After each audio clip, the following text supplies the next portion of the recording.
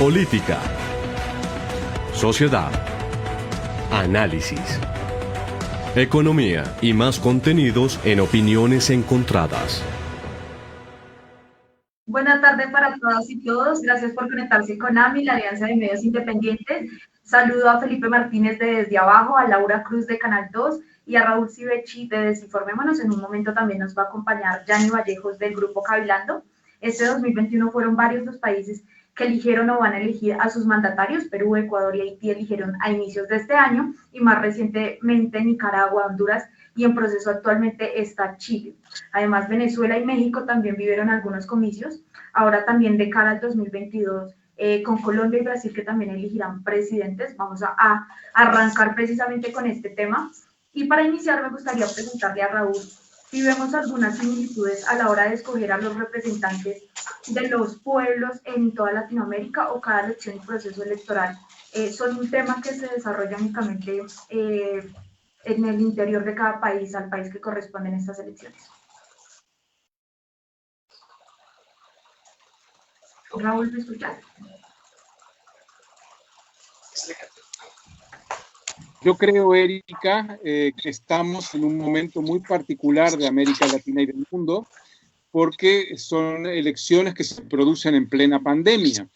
Entonces, en general, los gobiernos, todos, están siendo duramente castigados por las poblaciones. Sucedió con el gobierno de Alberto Fernández y Cristina Kirchner, que ganó ampliamente la oposición, tanto en las primarias como en las elecciones parlamentarias y de gobernadores. Sucedió con casi todos los sucesivas elecciones y sucesivos plebiscitos en Chile, que castigaron fuertemente al gobierno neoliberal de Piñera, y así sucesivamente. Lo que yo encuentro son dos o tres elementos comunes. Primero, una situación de inestabilidad importante, una situación de dificultad de gobernabilidad para todos los gobiernos, sean conservadores o progresistas. Segundo, un activismo popular muy fuerte que está en el trasfondo de la situación que vive Chile. Y en tercer lugar, encuentro una creciente polarización del escenario político entre el reposicionamiento de los progresismos que están creciendo y, por otro lado, un aumento de la extrema derecha que está creciendo o está irrumpiendo por primera vez en el escenario. Yo creo que esta polarización va a repercutir en el primer tema que hablaba, que es una creciente inestabilidad política. Creo que es el signo de los tiempos. Y luego, para una nueva intervención, deberíamos hablar qué es lo que está en juego, ¿verdad? Las elecciones en curso. Pero la característica general, Erika, que yo veo es esas tres que mencioné. A Yanni, que creo que ya se conectó, me gustaría también preguntarle a él cómo pueden influir los gobiernos de países europeos o el estadounidense en las elecciones aquí en Latinoamérica. Muchas gracias de nuevo por la invitación. A ver, la Comunidad Europea pues no es más que una caja de resonancia, o la entiendo yo así, del gobierno americano o norteamericano. Ellos deciden qué elecciones envían sus observadores, deciden si esas elecciones, a su parecer europeo, o no sé cómo entiendan ellos la democracia, según la perspectiva del gobierno que triunfa, pues entonces si esas elecciones tienen o no una tacha en cuanto a si fueron legales o no, en cuanto a si hay fraude o no.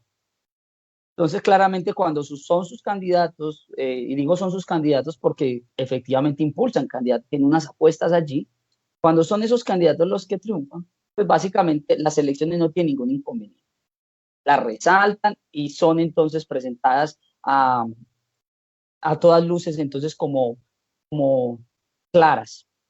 Pero cuando son candidatos opositores, cuando son candidatos, en este caso, progresistas, candidatos que en todo caso se oponen a los intereses económicos de ellos, pues entonces viene la tacha a las elecciones, que porque el conteo tan lento que se está presentando en este momento en Honduras, y en fin, pues empiezan a generar una tacha. Entonces, lo mismo en Venezuela, en diferentes lugares empiezan a generar una tacha, y creo que ese papel es un papel cuando menos dañino para nuestras elecciones, porque se le empieza a dar una relevancia a lo que nos dicen otros países frente a nuestra democracia interna.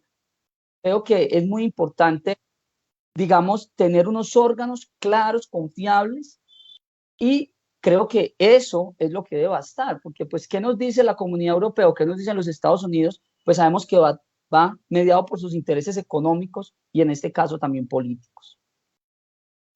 Gracias, Janine. Laura, me gustaría también que usted nos contara su opinión frente al tema del estallido social del que hablamos en nuestro continente, con protestas en Colombia, en Chile, en Bolivia y en muchos países. ¿Esta indignación de los y las manifestantes también puede influir o influyó en esas elecciones que ya han pasado y que van a venir?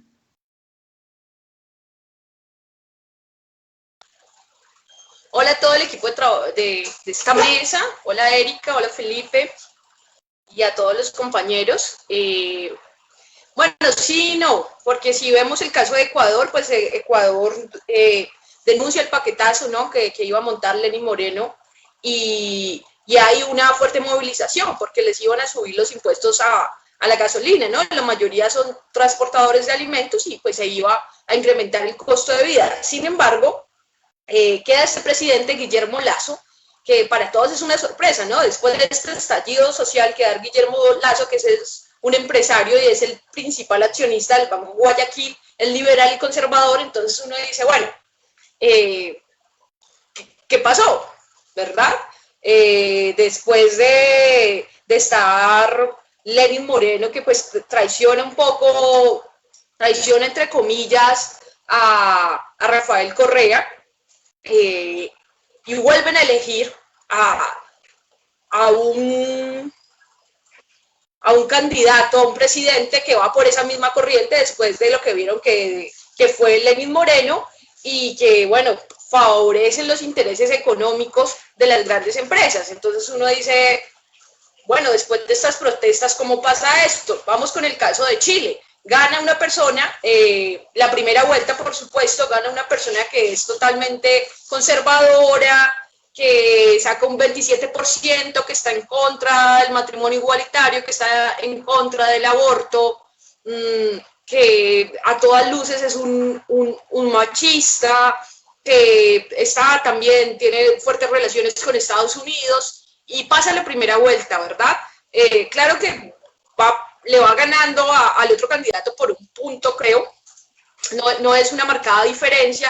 Y al otro lado tenemos a un líder estudiantil, a un hombre que pues ha estado al lado de los protestantes cuando estallan las protestas en Chile por la subida del costo del pasaje en el metro. Obviamente son otras cosas que venían acumuladas desde Chile, pero bueno, hay esos dos extremos. Ahorita vamos a ver qué pasa en diciembre, quiénes eligen los chilenos. Y pues tenemos el estallido social en Colombia, que no hay, para mí no hay candidatos claros desde la derecha, y no se sabe si estas elecciones van a ser corruptas, y cada vez que me equivoque, porque a veces parecen sinónimos, desafortunadamente. Entonces, pues nada, uno se queda pensando, ¿no? Porque si Ecuador estalla esta protesta social que fue tan grande, y eligen a Guillermo Lasso, pues uno dice, ¿qué está pasando, no? ¿Qué está pasando desde el movimiento social? ¿Por qué no se están articulando? ¿Qué pasa a la hora de elegir? Felipe, frente a esta misma pregunta sobre si el estallido social que se está viviendo, del que todos hablan, puede influir en las elecciones o no, ¿qué opiniones tiene usted? Hola Erika, gracias. También saludar a Raúl, a Yani, a Laura.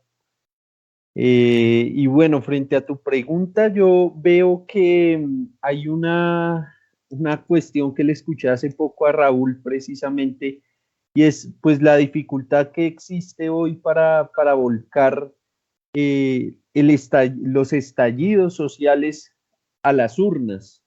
Siento que es como nos venía diciendo Laura ahorita, una tarea que no ha sido fácil, pues que seguramente la búsqueda de las sociedades que salen a la calle a movilizarse, de los sectores populares, no organizados, y que salen a manifestarse, no es finalmente ir a votar por un candidato. Lo que pasó en Chile también mostró un tema muy interesante en tanto al abstencionismo que hubo en esas elecciones, que superó el 54%. Acá en Colombia, pues digamos como tal, se está intentando eso, hacer lo mismo, como institucionalizar o no institucionalizar, sino volcar toda esa rabia que salió a las calles, esos miles de personas a que voten por una u otra propuesta. Esto lo intenta cooptar tanto el pacto histórico como el centro, y hasta la misma derecha puede intentar, bueno, el supuesto centro, ¿no? La derecha puede intentar también cooptar este tipo de acciones de la sociedad, que yo creo que más allá de seguir insistiendo en que debe ser unas movilizaciones que se vuelvan votos, yo pensaría, y lo que creemos como desde abajo también es, pues que lo fundamental es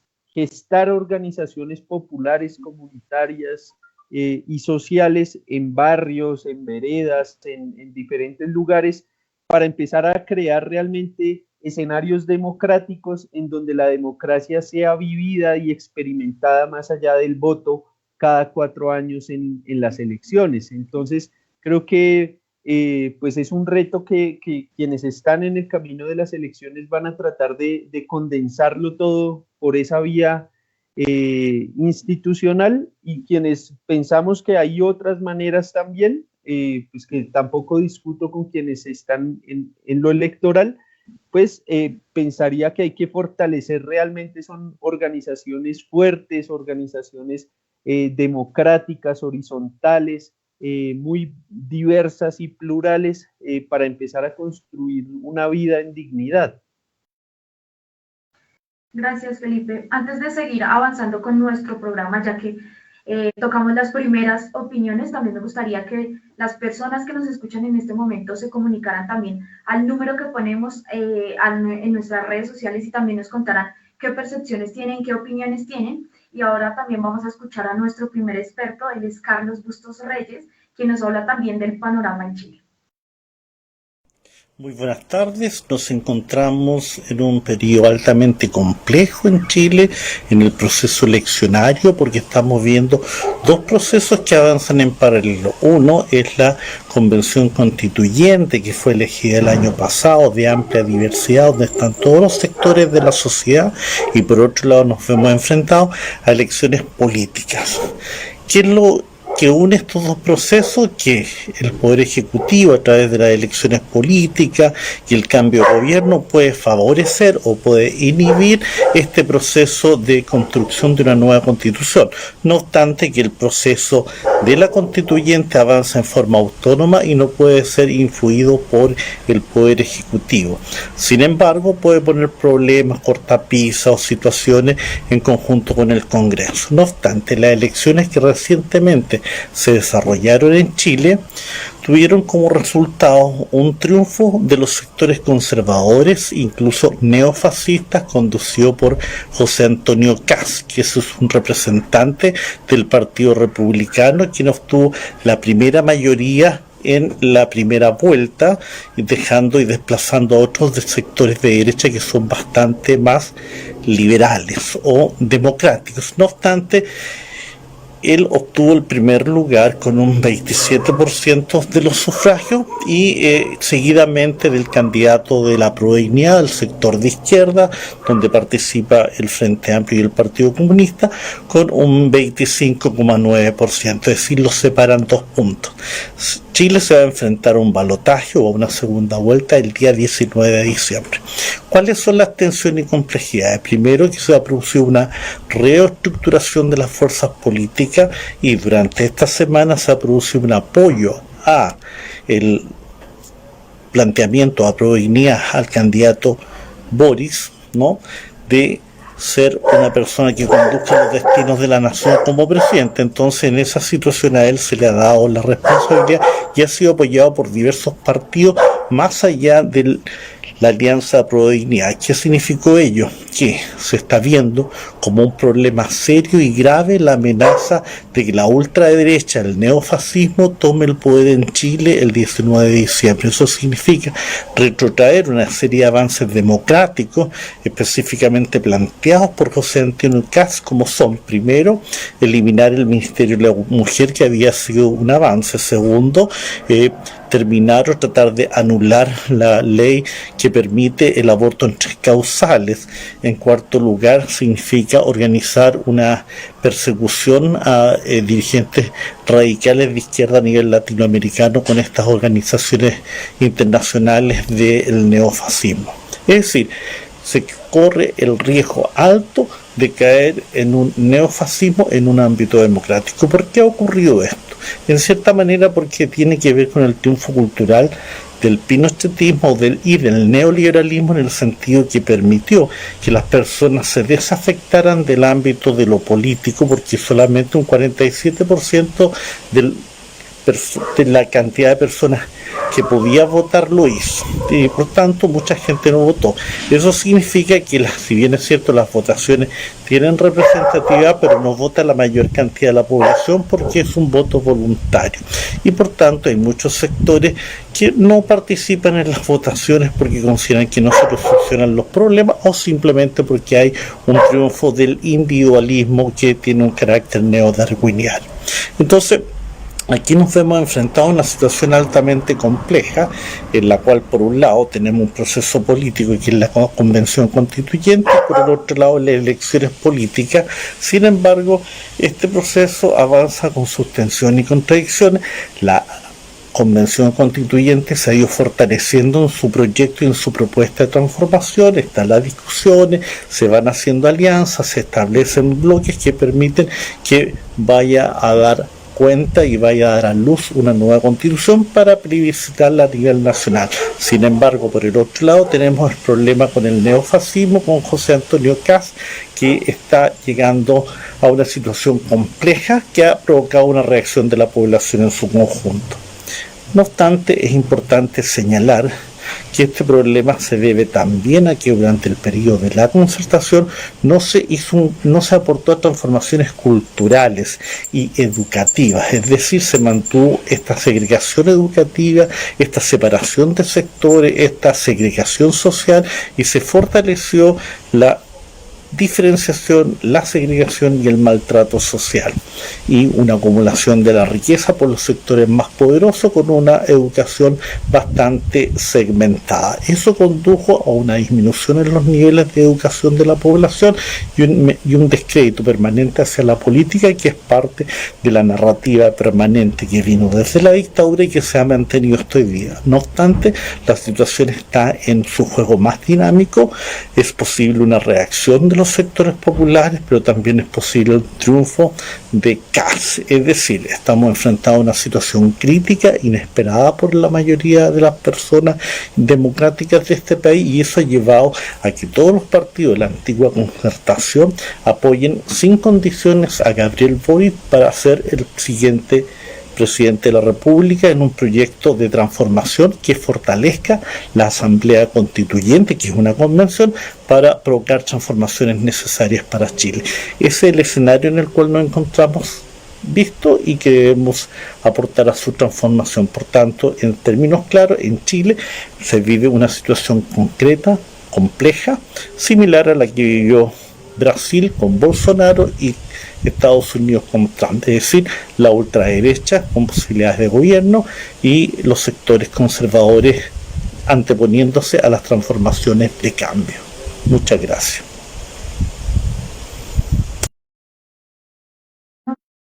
Muy bueno. Bastante amplia de lo que pasa en Chile. No sé si Yanni también nos puede contar sus opiniones respecto a lo que está ocurriendo precisamente en ese país. Hola.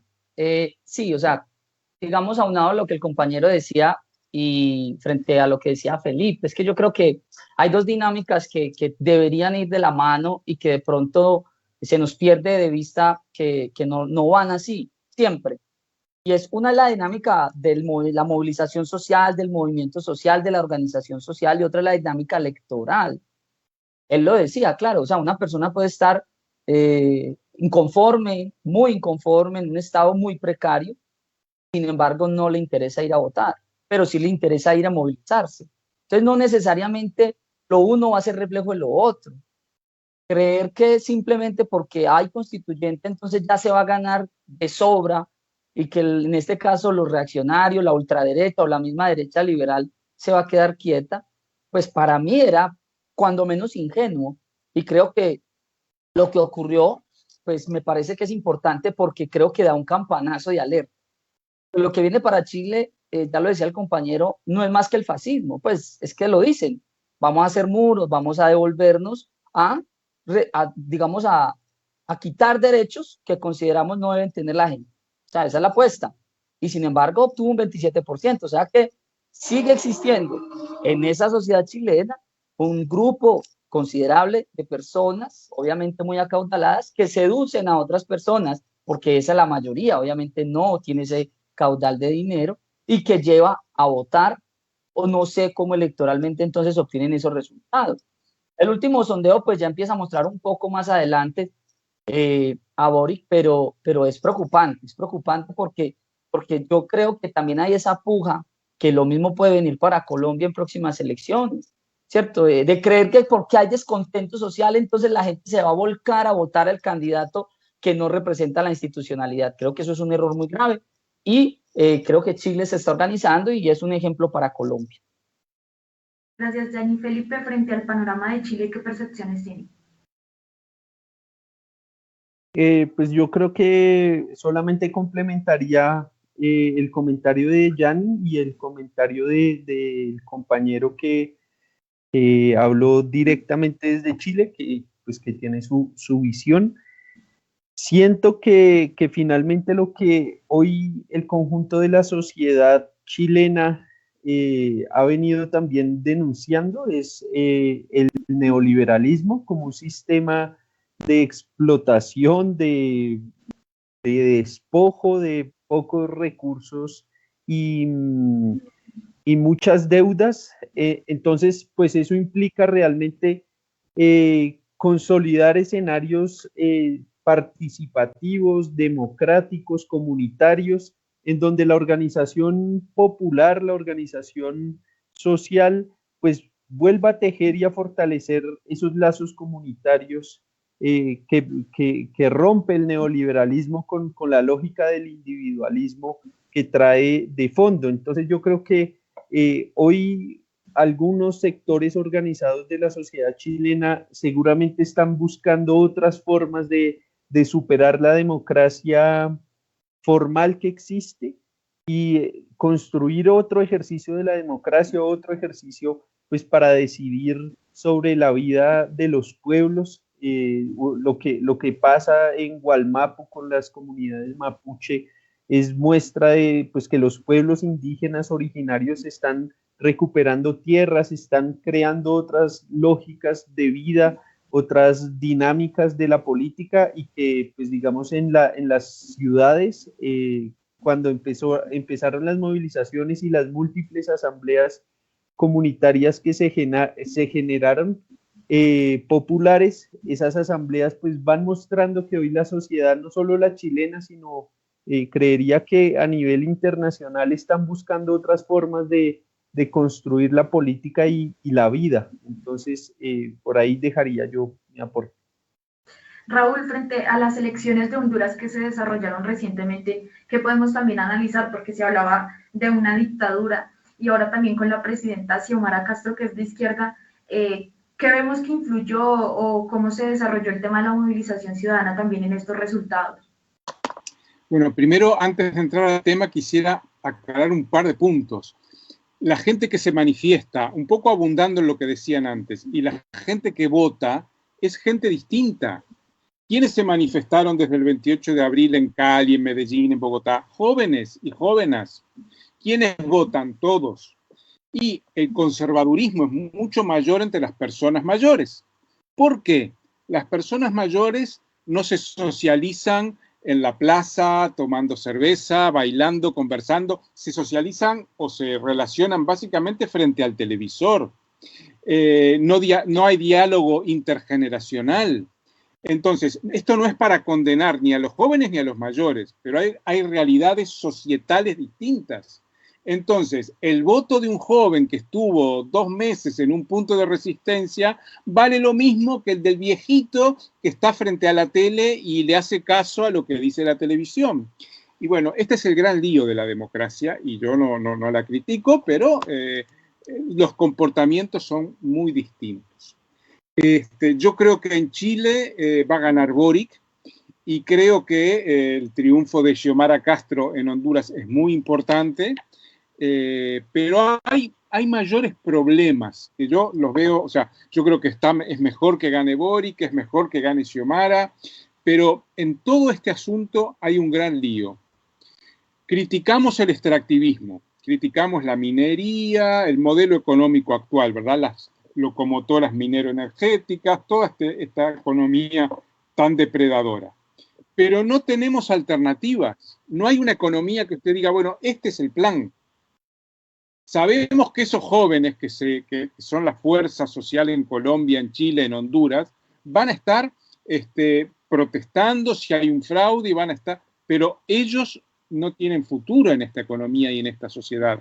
Gane quien gane, y ahí es donde hay un problema gravísimo. Por eso en Chile hay un 54% de abstenciones y veremos las que hay en Colombia. Yo creo que el robo que hubo en las elecciones, el fraude de 2017 en Honduras, que iba ganando un candidato, que ahora es vicepresidente con Xiomara, y de golpe hubo un apagón y pasó a ganar el oficialista. El golpe de Estado contra Zelaya, las movilizaciones que hubo en los dos casos, hace 12 años y hace 4, y bueno, yo creo que eso es una fuente de aprendizaje muy importante para la sociedad hondureña. Y entonces eso se refleja en un vuelque masivo, más del 50%, a la candidatura de Xiomara Castro.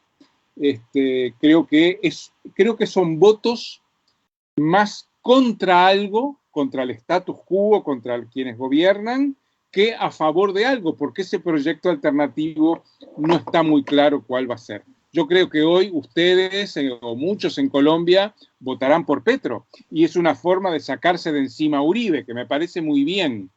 Pero ¿por qué se está votando? ¿Qué es lo que va a hacer Petro? Si es que gana, ¿no? Entonces, eso es lo que no está claro, y ahí es un punto de debilidad enorme de las fuerzas progresistas. Muchas gracias, Raúl. Laura, en Nicaragua, algo que mencionaba Raúl, y es el tema de como los fraudes dentro de las elecciones.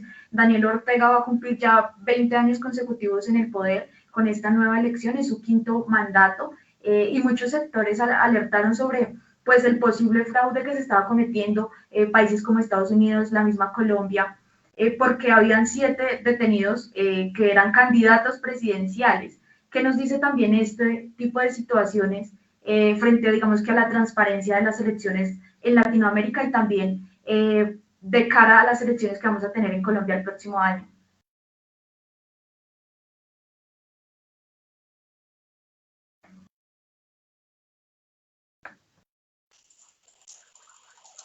¿Me escuchas? Sí, Laura, te escuchamos. Sí, tenía un problema de audio. No, pues yo lo que tengo por decir con el caso de Nicaragua y Daniel Ortega es que le puede pasar lo mismo que le pasó a Evo Morales, ¿no? Que hizo 2 gobiernos muy buenos, para mí hizo 2 gobiernos muy buenos desde mi opinión, y los militares le dijeron, ya es hora de dejar el poder, y no lo quiso dejar, y lo que pasó fue que comenzó a decaer su figura y se comenzó a convertir en un autoritarismo. Entonces siento que no se puede caer en ese error y creo que eso nos ha pasado, ¿no? Digamos, sin comparar a Evo Morales, por supuesto, con Uribe, porque no tienen punto de comparación, pero estas reelecciones lo que hacen es crear totalitarismos, vengan de donde vengan de la izquierda o vengan de la derecha, como le quieran llamar. Entonces, por supuesto que es totalitarismo y esas advertencias de Europa, yo creo que, bueno, es como su modus operandi, y que si ha habido corrupción, me imagino que será juzgado Daniel Ortega, pero para ninguna democracia es buena que alguien esté más de de dos periodos en el poder.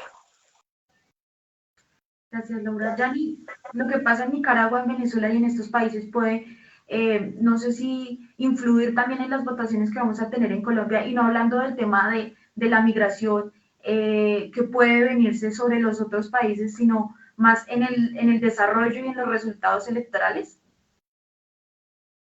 Y un poco lo que decía Laura es que las elecciones son el reflejo también de lo que está ocurriendo, ¿cierto? En Nicaragua pues había un temor grande, y eso pues llevó a que el candidato pues empezara a presionar los órganos de control, y en ese sentido pues empezaran arrestos, exilios, y prácticamente sin casi ningún pudor quedar casi que único en un tarjetón. Eso pues hay que separar, o sea, hay algunos procesos de carácter social que se vienen haciendo en Nicaragua, que han avanzado, eso es inevitable, pero la dependencia con Rusia, la dependencia china, pues la dependencia que tenía con Venezuela, que ya se ha cortado pues un poco por el tema económico con Venezuela, pero eso ha llevado un poco al desespero de tampoco tener sucesores, y del absurdo de que los sucesores están en la misma familia. Entonces el nepotismo es casi que alarmante para el caso de Nicaragua. Para el caso de Venezuela, creo que es muy alentador lo que viene ocurriendo con estas nuevas elecciones regionales. Creo que nuevamente la derecha entiende, la oposición entiende que es vía elecciones, no golpes, no Estados Unidos, no acoso, no embargos, nada de esto va a generar que ellos tomen el poder y se los entreguen en un carnet, ¿cierto? Que es lo que más o menos pretendía. ¿Qué es por elecciones? Les pierden las elecciones porque se dividen en 3 y hasta en 4 en algún lugar donde todo el oficialismo va en bloque con el gran polo patriota. Entonces, es obvio que iba a haber un triunfo grande, y lo que llama más la atención es que todos estos órganos internacionales, ninguno ha venido a decir hubo fraude. Claro, ellos siempre dejan un sesgo, un manto de duda, nos parece esto, nos parece lo otro, pero nadie ha dicho fraude, ¿cierto? Y eso ya por lo menos empieza a tranquilizar y a entender de que próximamente lo que viene para Venezuela son elecciones de verdad, donde el pueblo venezolano decida su futuro. Para Colombia es preocupante porque recuérdese que todos los órganos de control, incluyendo el órgano rector de las elecciones, está en cabeza de los uribistas, el partido de gobierno. Entonces, ¿qué puede pasar? Pues puede pasar lo mismo en Nicaragua, solo que eso ya lo habían hecho, lo habían intentado hacer en la elección pasada cuando sancionaron a Petro, solo que la Comisión, digamos, Interamericana da unas medidas cautelares, y entonces ya por ahí no les funciona. Sancionar mediante la Procuraduría o la Contraloría a candidatos ya no les funcionaría, porque pues digamos la jurisprudencia de la Comisión no les va a funcionar. Pero sí van a hacer todo, cualquier error que se cometa, ustedes lo han venido escuchando todos los días, cualquier alianza, cualquiera se va a cuestionar, se van a volver a sacar todos los, perdónenme, los esqueletos del armario. Cada cosa que se haya hecho en la vida se la van a sacar, desde así sea, desde hace 15 años, 20 años, en fin, nuevamente las fotos de Petro cuando era el M-19, nuevamente las fotos del Palacio de Justicia. O sea, vamos a nuevamente adentrarnos en una dinámica que ya hemos vivido un poco, pero creo que lo diferente es que por primera vez la derecha siente un temor de que puede perder. Entonces, se están alineando de forma tal de que ellos sí aplican esa máxima marxista de todas las vías de lucha, pues ellos sí la hacen. Ellos están haciendo pues primero las electorales, y por ahí no les va a dar, entonces empiezan a aplicar la que sea necesaria. Si es judicial, si es electoral, la que sea necesaria la van a aplicar. Por eso, digamos, hay que estar muy alerta en cuanto a que todo lo que ellos esté en sus manos lo van a aplicar para que el candidato, digámoslo en este caso progresista, no llegue a un poder, a obtener, digamos, una elección en Colombia. Listo, Yanni, vamos con nuestro segundo experto, quien es Miguel Jaimes, y él nos va a hablar también del contexto venezolano. Buen día, amigos. Estamos finalizando noviembre del 2021 y les saluda Miguel Jaimes, director del Diplomado Internacional en Geopolítica del Petróleo desde Venezuela, nación suramericana de 30 millones de habitantes, de 917.000 kilómetros cuadrados, de 23 estados y un distrito federal, donde hay una autoridad única, la cual se elige a través del cargo de alcalde o alcaldesa. Venezuela tiene 335 municipios y cientos de legisladores en cada uno de los estados y de concejales que van a darle cuerpo a las diversas alcaldías esparcidas en todo el territorio nacional. Acabamos de salir de un proceso electoral, un nuevo proceso electoral, en un proceso político que ha venido desarrollando Venezuela desde el año 1999 y que se acerca casi a su elección número 30. Tenemos un patrón electoral de 21 millones de votantes y han participado en las elecciones del 21 de noviembre 8 millones y tanto de ciudadanos. Producto de la organización y de la estructura del Partido Socialista Unido de Venezuela, la mayoría de las gobernaciones, 20 en total, más la alcaldía de Caracas, y más de 200 alcaldías han salido beneficiosas a favor del proceso bolivariano, llevado adelante por el presidente Nicolás Maduro. El país se vio inundado de observadores internacionales de todos los 5 continentes. Más de 300 de estos representantes llegaron a nuestro país para ser veedores y seguidores de un proceso el cual ha sido inédito por la forma de participación. Hay un par, casi un 50-50, tanto de hombres como de mujeres. Primer video de 3. Bien, les explicaba. El proceso electoral venezolano se da dentro de un momento muy difícil para Venezuela. El tema de la inflación en dígitos muy elevados, en algunos momentos casi que descontrolados, producto de varios factores, ¿no? Y todos esos factores afectan, fatigan, cansan al electorado. Sin embargo, hay una fuerza en lo que es la estructura, el comando de campaña del Partido Socialista Unido de Venezuela, partido político del gobierno, el cual, en medio de toda la situación, ha sido coherente en la escogencia de sus candidatos. La fórmula de cada uno de los aspirantes demuestra solidez, consolidado. No hay grupos paralelos, alternos.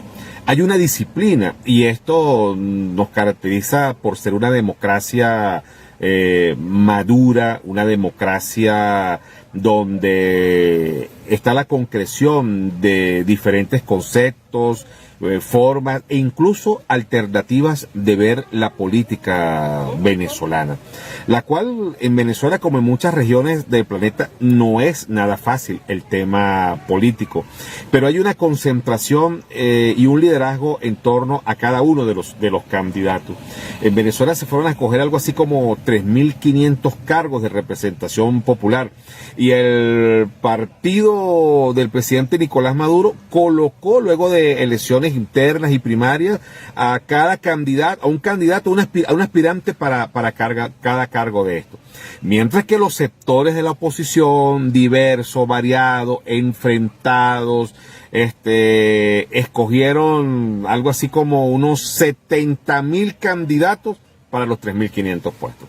Entonces, la oposición venezolana no tiene más cargos actualmente, no tiene más diputados, más legisladores, más concejales, no tiene más gobernaciones y alcaldías, producto de las divisiones internas, del enorme descompromiso que hay en llevar adelante la alternabilidad de sus aspirantes. Segundo audio de 3.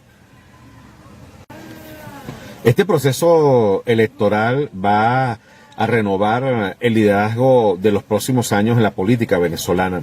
Recordemos que Son estos gobernadores, alcaldes, legisladores y concejales quienes van a decidir el futuro presidente de nuestro país dentro de un par de años, cuando se decida escoger quién va a ser el sucesor en el Palacio de Miraflores.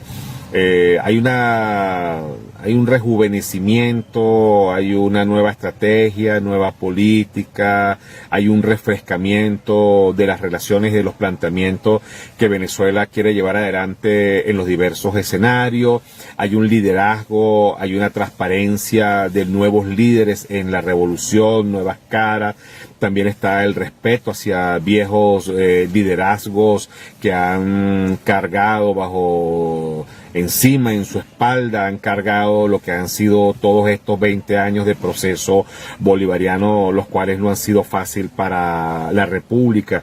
Y otro gobierno acá mismo de la región no hubiese podido resistir todos los embates y furias y persecuciones que ha tenido el gobierno venezolano en estas 2 últimas décadas y tanto. Por eso quienes hoy se montan en los diferentes cargos tienen una responsabilidad tanto en el área local, regional, nacional y también, ¿por qué no decirlo?, en el aspecto internacional.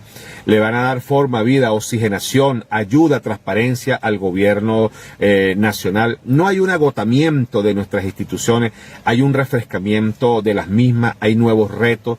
El tema económico pudiese ser el más importante o el de mayor peso para nuestra sociedad, y esto se logra en los nuevos liderazgos que hay y las nuevas decisiones políticas que se van a tomar, en la nueva agenda que se va a tomar ahora en adelante.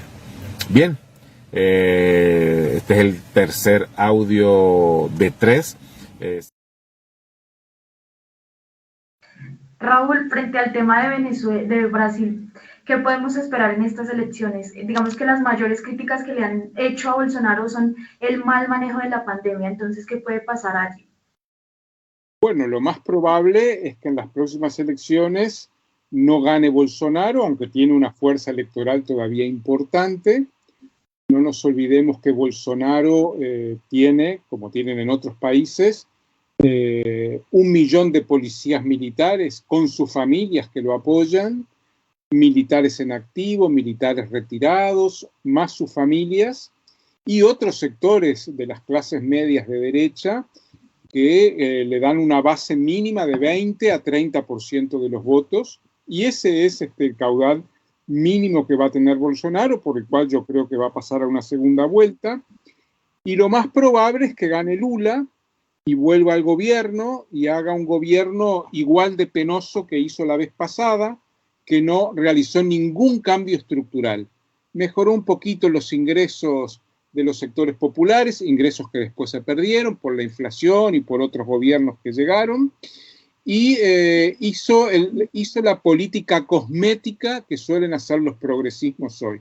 Mejorar un poquito la renta aquí, un poquito el salario aquí, un poquito las jubilaciones, pero cambios estructurales cero. No hubo reforma agraria como demandaban los sin tierra, no hubo un corte o una limitación de las políticas de destrucción de la Amazonía, con una política además de cooptación de los movimientos sociales que dejó al pueblo brasileño, como otros, en una situación de profunda despolitización. Es bueno que no vuelva a ganar Bolsonaro, pero el triunfo de Lula me parece que no va a resolver ninguno de los problemas que tienen hoy los brasileños. Laura, ya para ir aterrizando finalmente nuestro tema y darle pues fin, frente a Colombia, teniendo en cuenta el tema de la paz, el tema de la inconformidad de los manifestantes que hemos abordado también durante este programa, y frente también a esas experiencias de elecciones en el continente y también de otros comicios acá en el país, ¿qué aprendizajes, qué retos quedan? Bueno, yo, para resumir, creo que es lo que dice Raúl, ¿no? ¿Quiénes salen a votar? ¿Y qué pedagogía se está haciendo para que los demás salgan a votar? Las personas que no votan, ¿qué se está haciendo? Yo creo que desde las primeras líneas ahorita que se han presentado a cargos, me parece un paso muy importante, pero por supuesto quienes votan, y no solo quienes votan, además del voto, a nosotros no nos ha quedado claro que simplemente es un voto que pone en la mesa las cartas del juego que se van a arrancar en ese periodo, pero que si no hay una articulación fuerte de los movimientos sociales, si no entendemos que a América Latina lo unen más sus desgracias, porque todos los países sufren de corrupción, sufren de violencia de género, sufren de desigualdad, sufren de inequidad. Si no hay una constante y una lucha en los movimientos sociales y una articulación que por fin se dé, porque las personas de bien sí, por supuesto, ellas sí están articuladas porque tienen una meta en común, que es cuidar sus riquezas, pero sí, desde la base, desde las organizaciones sociales, no hay esta articulación, es muy difícil que haya un cambio, gane el candidato que gane. Gracias, Laura. Felipe, frente también Y el tema los de aprendizajes, pues... Laura, es que dejé de escucharte, no sé si quieres agregar la última parte. Sí, quería agregar algo del proceso de paz, ¿no? Se supone que se conmemora 5 años del proceso de paz que realmente este gobierno lo frenó, y además de frenarlo, hemos visto las muertes de muchos líderes sociales, de líderes defensores de derechos humanos, hemos visto los asesinatos, no las muertes, los asesinatos, además, los asesinatos de personas que se desmovilizaron. Entonces, es que si Colombia puede reflexionar mucho, podemos hacer las constituciones que tengamos, pero si nosotros, si los ciudadanos no cuidamos esa paz y si no hay una organización de base, es muy difícil que Latinoamérica llegue a cambiar. Gracias, Laura. Felipe, retos y aprendizajes que quedan a nuestro país frente a todas estas experiencias. Bueno, no, yo también voy como por un lado de lo que plantea Laura, y es básicamente no esperar que las cosas van a cambiar porque llegue específicamente Gustavo Petro a la presidencia, que es como el candidato más opcionado o potenciado desde los sectores alternativos y de izquierda en Colombia, desde los sectores democráticos. Pues yo creo que el peor error sería creer que con la llegada de Petro se va a cambiar realmente algo. Pues la experiencia de nuestro continente nos ha mostrado que no basta con llegar a esos cargos, con poner un presidente. Hace poco Perú también vivió unas elecciones donde llegó el presidente Pedro Castillo y a los pocos meses ni siquiera pudo sostener su equipo de gobierno, y ya están a punto pues de sacarlo del cargo, ¿no? Entonces yo creo que más allá de poner las esperanzas en un candidato que nos va a resolver todo, es pues realmente cómo vamos a construir organizaciones fuertes, que empiecen a crear economías diferentes a partir de la economía solidaria, pero también de las mutuales, de las cooperativas, mirar cómo fortalecer el tejido social de los de abajo y poder empezar a tejer vida en dignidad. Llegue el gobierno que llegue, pues es tarea fundamental de los pueblos la organización y la construcción de otra sociedad y de otro mundo. Gracias, Felipe. Yani, conclusiones frente a lo que mencionan los demás participantes de esta mesa sobre, digamos que votamos a veces por el menos peor, como dicen popularmente. Y en este caso, para cerrar, entonces, es un llamado un poco en sintonía de lo que dice Raúl, es cuál es la propuesta. La propuesta económica, la propuesta social, porque las campañas son mucho marketing y tristemente lo que se ve en las campañas es marketing político y se ve eso, pero realmente el principal ausente es la propuesta. Y la propuesta va de la mano de precisamente de generar una cultura que no sea destructiva, que no sea neoliberal, porque pues estamos, digamos, en este caso arando muy mal si lo que hacemos es generar propuestas anticapitalistas, pero con gente que tiene en su cabeza solo el capitalismo y vive y todo el día transpira capitalismo, ¿cierto? Hay que empezar a romper el consumismo, empezar a valorar el tema de la soberanía alimentaria, de los cultivos, de nuestros campesinos. Es decir, es un cambio cultural que puede venir de la mano con un nuevo gobierno, por lo menos los primeros pincelazos, pero tiene que enriquecerse la propuesta. Yo siento temor porque no veo una propuesta real, veo mucha propaganda política y veo mucho marketing, pero no veo propuesta. Y creo que la campaña tiene que estar rica. Por la parte del progresismo es de la propuesta. ¿Cuál es la propuesta real para lo que viene? Porque viene es una crisis más grande de la que tenemos. Entonces creo que es insistir en transmitir las propuestas que se plantean, que van a ser totalmente contrarias a las de la derecha y el continuo de los 20 años del uribismo. Gracias, Gianni. Raúl, un último mensaje, unas últimas conclusiones, también el mensaje para las personas más adultas, para las personas jóvenes que ya estamos inmersas en el panorama electoral acá en Colombia. Yo diría, vota lo que quieras, pero organízate. En tu barrio, en tu manzana, en tu trabajo, entre tus amigos. Raúl, tienes el micrófono apagado. Perdón, decía, vota lo que quieras, pero organízate. Organízate en tu barrio, organízate en tu manzana, en tu trabajo, en tu mercado, en donde sea. Yo no quiero que los sectores populares se dividan por un candidato o por una candidata, porque eso pasa. En el mejor de los casos están 4 años en el Congreso o en la presidencia o en algún ministerio, pero lo nuestro es para toda la vida. El barrio, la clase social, el grupo étnico es para toda la vida. El territorio donde vivimos es para toda la vida. Entonces, ahí es donde hay que ser sólidos, fuertes y bien organizados. Si lo hacemos bien, la organización de base, yo creo que los de arriba, los que elijamos o los que elijan otros, van a tener que obedecernos o van a sentir que nuestra organización, como decimos en esta parte del mundo, yo vivo en Uruguay, como que les respiramos en la nuca, que les estamos controlando, que no pueden hacer cualquier cosa. Porque estoy cansado, y creo que todas y todos, y ustedes lo verán en Bogotá o en Medellín o donde estén, de candidatos que llegan arriba por la izquierda y gobiernan por derecha.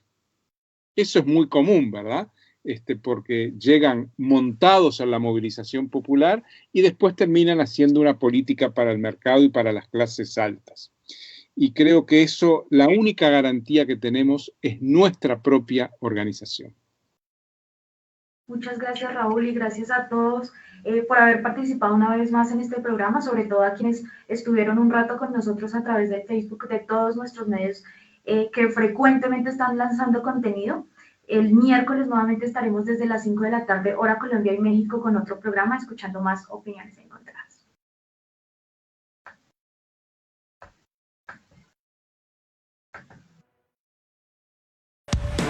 Política, sociedad, análisis, economía y más contenidos en Opiniones Encontradas.